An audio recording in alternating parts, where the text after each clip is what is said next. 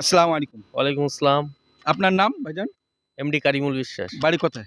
আমার বাড়ি বল্লভ। বল্লভপুরে?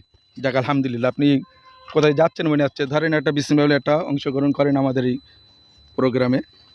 দেন দেখি আপনার কি প্রশ্ন করছে দেখি।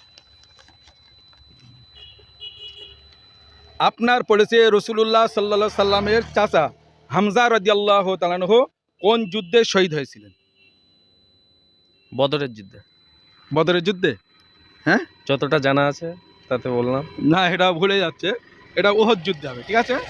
হ্যাঁ? আচ্ছা, আপনি কলেমা শাহাদাতটা পড়েন তো।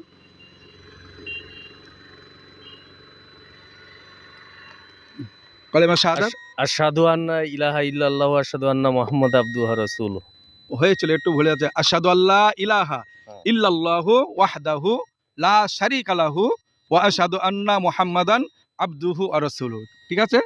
এটা খেয়াল রাখবেন। এটা পড়তে হয়। আপনার জন্য একটাই ছোট করে আমাদের ঠিক আছে, তরফ থেকে উপহার। উপহার। হ্যাঁ, খুশি তো?